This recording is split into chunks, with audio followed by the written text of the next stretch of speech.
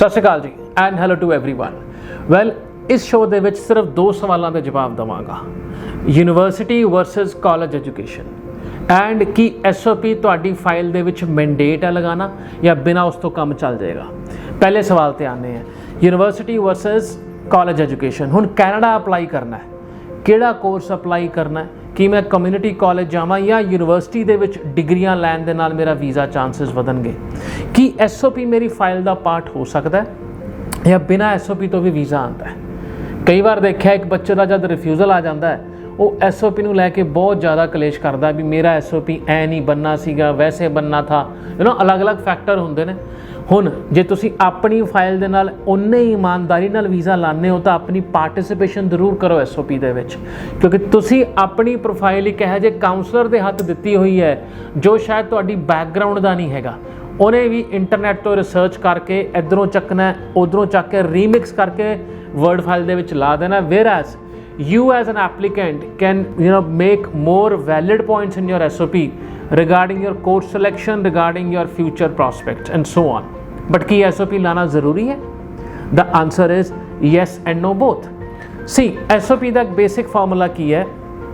If you are going for a repetitive of education qualification, ਚਾਹੇ ਉਹਦੇ ਵਿੱਚ ਹੈਗੀ ਹੈ ਸਪੈਸ਼ਲਾਈਜ਼ ਫੀਲਡ ਦੇ ਵਿੱਚ ਹੈਗੀ ਹੈ, ਪਰ ਕਿਤੇ ਨਾ ਕਿਤੇ 40% ਤੁਹਾਡਾ ਸਬਜੈਕਟ ਕੰਪੋਨੈਂਟ ਮੈਚ ਕਰਦਾ ਹੈ, ਹਾਈਲੀ ਐਡਵਾਈਜ਼ੇਬਲ ਐਂਡ ਰਿਕਮੈਂਡਡ ਆਪਣਾ SOP ਜ਼ਰੂਰ ਲਾਓ।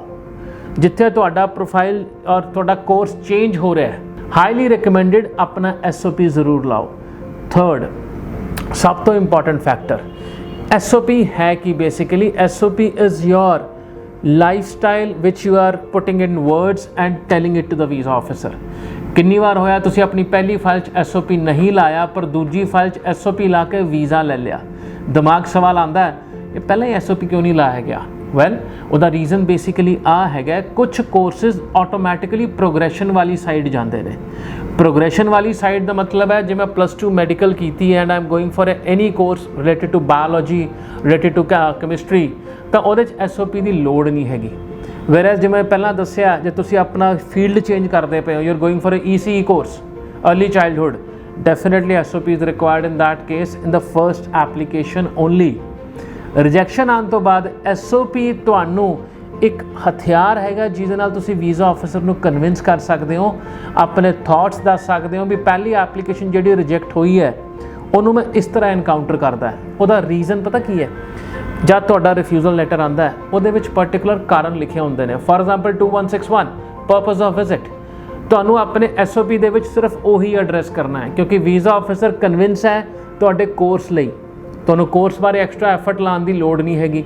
ਵੀਜ਼ਾ ਆਫਿਸਰ ਕਨਵਿੰਸ ਹੈਗਾ ਤੁਹਾਡੇ ਲੈਂਗੁਏਜ ਦੇ ਵਿੱਚ ਕੋਈ ਚੱਕਰ ਨਹੀਂ ਹੈ, IELTS is up to the mark. ਜੇ ਇੱਕੋ ਰਿਫਿਊਜ਼ਲ ਦਾ ਰੀਜ਼ਨ ਹੈ 2161 ਪਰਪਸ ਆਫ ਵਿਜ਼ਿਟ, ਤੁਸੀਂ ਸਿਰਫ ਉਹਨੂੰ ਐਡਰੈਸ ਕਰਨਾ ਆਪਣੇ ਸਟੇਟਮੈਂਟ ਆਫ ਪਰਪਸ ਦੇ ਵਿੱਚ। whereas ਕਈ ਵਾਰ ਕੀ ਹੁੰਦਾ ਓਵਰ ਇਨਫੋਰਮੇਸ਼ਨ ਮਰਵਾ ਦਿੰਦੀ ਹੈ।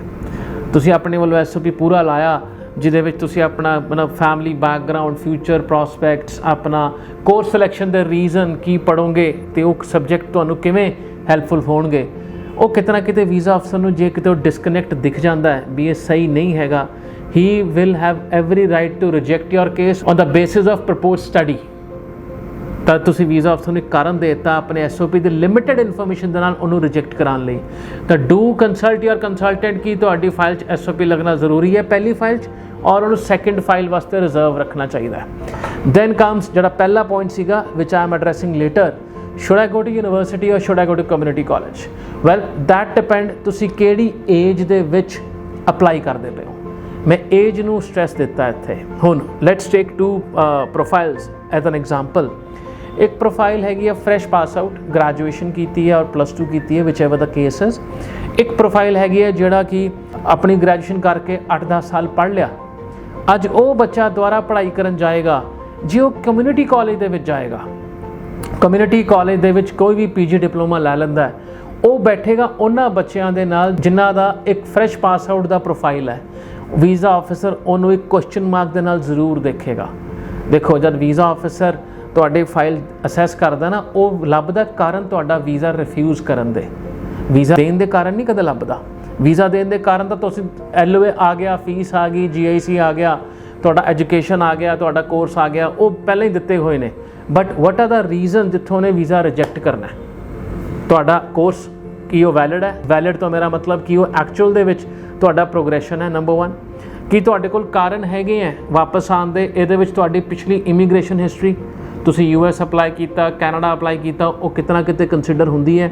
ਤੁਹਾਡੇ ਆਇਲਸ ਦੇ ਸਕੋਰ ਕੀ ਉਹ ਇੰਨੇ ਪ੍ਰੋਪਰ ਜਾਂ ਫਿਟ ਹੈਗੇ ਨੇ ਵੀ ਤੁਸੀਂ ਉੱਥੇ ਕੋਰਸ ਬਗੈਰ ਹੈਲਪ ਤੋਂ ਕੰਪਲੀਟ ਕਰ ਸਕੋ। ਛੋਟਾ ਜਿਹਾ ਐਗਜ਼ਾਮਪਲ ਇੱਥੇ ਦਿੰਦਾ, ਕੁਛ ਯੂਨੀਵਰਸਿਟੀਜ਼ ਤੁਹਾਨੂੰ ESL ਦਾ ਕੋਰਸ ਦਿੰਦੀਆਂ ਨੇ ਇੰਗਲਿਸ਼ ਦਾ along with your masters or bachelor program, whereas India ਦੇ ਵਿੱਚ English the second language. So high commission expect from a student ਉਹਦੀ ਇੰਗਲਿਸ਼ ਇੰਨੀ ਕੁ ਹੋਏਗੀ ਦੈਟ ਜੋ ਟੈਸਟ ਇੱਥੇ 12,000 ਰੁਪਏ 'ਚ ਹੁੰਦਾ ਹੈ, ਉਹਦੇ ਲਈ ਉਹਨੇ ਕੈਨੇਡਾ ਜਾ ਕੇ $4,500 ਖਰਚਣ ਦੀ ਲੋੜ ਨਹੀਂ ਹੈ। ਇਟ ਵਿਲ ਬੀ ਬੇਵਕੂਫੀ ਹੋਏਗੀ ਜੋ ਬੱਚਾ ਕਰੇਗਾ। ਜੇ ਬੇਵਕੂਫੀ ਹੋਏਗੀ ਦੈਟ ਮੀਨ ਉਹਦੀ ਇੰਟੈਂਸ਼ਨ ਜਾਂ ਰਿਸਰਚ ਵਰਕ ਉਸ ਲੈਵਲ ਦਾ ਨਹੀਂ ਹੋਇਆ, ਉਹ ਕੈਨੇਡਾ ਜਾ ਕੇ ਪੜ੍ਹ ਸਕੇ। ਯੂਨੀਵਰਸਿਟੀ ਐਂਡ ਕਮਿਊਨਿਟੀ ਕਾਲਜ ਇੱਕੋ ਬੇਸ 'ਤੇ ਡਿਸਾਈਡ ਕਰਨਾ ਹੈ which age are you applying ਦਾ ਸਟੂਡੈਂਟ ਵੀਜ਼ਾ। ਕੀ ਉਹ ਸਟੂਡੈਂਟ ਵੀਜ਼ਾ ਜਦ ਤੁਸੀਂ ਉਸ ਏਜ 'ਤੇ ਬੈਠੇ ਹੋ ਅਤੇ ਪ੍ਰੋਗਰਾਮ ਜਿਹੜਾ ਤੁਸੀਂ ਅਪਲਾਈ ਕਰਦੇ ਪਏ ਹੋ। ਸੀ after 10 years of working, after 8 years of working, ਮੈਂ ਉਹ ਕੋਰਸ ਲਵਾਂਗਾ ਜਿਹੜੀ ਮੇਰੀ ਪ੍ਰੋਫਾਈਲ 'ਚ ਵਾਧਾ ਦੇਗੀ। ਦੈਟ ਮੀਨਸ ਮੈਂ ਆਪਣੇ ਆਪ 'ਤੇ ਰੀਇਨਵੈਸਟ ਕਰ ਰਿਹਾ। ਮੈਂ ਇੱਕ ਸਕਿੱਲ ਲਿੱਤਾ, ਸਕਿੱਲ ਲੈਣ ਤੋਂ ਬਾਅਦ 10 ਸਾਲ ਕੰਮ ਕੀਤਾ, 10 ਸਾਲ ਕੰਮ ਕਰਕੇ ਪੈਸੇ ਬਣਾਏ। ਅੱਜ ਉਹ ਸਕਿੱਲ ਆਊਟਡੇਟਡ ਹੋ ਗਿਆ, ਖਤਮ ਹੋ ਗਿਆ। ਮੈਨੂੰ ਨਵੇਂ ਸਕਿੱਲ ਲੈਣ ਲਈ, ਤਰੱਕੀ ਲੈਣ ਲਈ, ਲਾਈਫ ਦੇ ਵਿੱਚ ਵਧੀਆ ਜੌਬ ਲੈਣ ਦੇ ਲਈ ਮੈਨੂੰ ਇੱਕ ਸਕਿੱਲ ਐਡ ਕਰਨਾ ਪਏਗਾ। ਛੋਟਾ ਜਿਹਾ ਐਗਜ਼ਾਮਪਲ ਦਿੰਦਾ ਇੱਥੇ ਵਰਕਿੰਗ ਪ੍ਰੋਫੈਸ਼ਨਲ ਵਾਸਤੇ। If you have ever gone to LinkedIn ਦੇ ਵਿੱਚ ਨਾ ਸਕਿੱਲ ਸ਼ਾਰਟਲਿਸਟ ਹੁੰਦੇ ਨੇ ਜਿੱਥੇ ਤੁਸੀਂ ਇੰਡੋਰਸਮੈਂਟ ਕਰਾਉਂਦੇ ਹੋ ਆਪਣੇ ਕਲੀਗਸ ਤੋਂ, ਆਪਣੇ ਲਿੰਕਡਇਨ ਦੇ ਗਰੁੱਪ ਤੋਂ।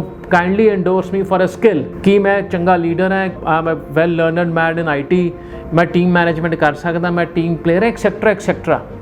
ਆਹ ਸਾਰੀਆਂ ਚੀਜ਼ਾਂ ਤੁਹਾਡੇ ਇੱਕ ਪ੍ਰੋਫਾਈਲ ਦੇ ਵਿੱਚ ਮੈਟਰ ਕਰਦੀਆਂ when you apply for a job.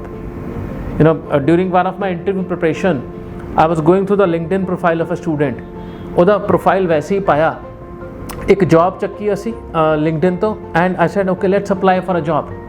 ਜਦ ਅਪਲਾਈ ਕੀਤਾ LinkedIn which is one very important tool for all the students ਜਿਹੜੇ ਅੱਜ ਬਾਹਰ ਜਾਂਦੇ ਪਏ ਨੇ, ਉਹ ਜੌਬ ਚੈੱਕ ਕੀਤੀ, ਉੱਥੇ ਆਇਆ your profile matches 25% of the top people who have applied for this job. Total ਬੰਦਿਆਂ ਨੇ ਅਪਲਾਈ ਕੀਤਾ ਸੀ 200 ਉਸ ਪਾਰਟੀਕੂਲਰ ਜੌਬ ਵਾਸਤੇ, ਅਤੇ 25% 'ਚ ਉਹਦਾ CV ਸ਼ਾਰਟਲਿਸਟ ਹੋਇਆ। ਦੈਟ ਮੀਨ ਉਹਦੇ ਇੰਪਲੋਇਮੈਂਟ ਚਾਂਸਿਸ ਵੱਧ ਗਏ। However it is recommended from LinkedIn ਆ ਨਿਚਲੇ ਸਕਿੱਲ ਜਿਹੜੇ ਹੈ ਉਹ ਵੀ ਤੁਸੀਂ ਟਿਕ ਕਰਾਓ ਆਪਣੇ ਕੋਲੀਗਸ ਤੋਂ, leadership, team work etcetera. That mean overall development really matters from a visa perspective to the high commission while you are selecting your programme.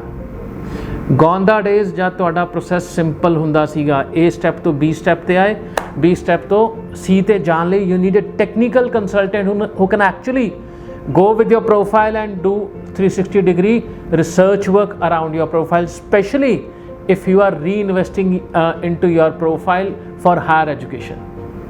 Visa ਲੈਣਾ ਇੱਕ technical plus ਇੱਕ I always say it's an art to get a visa.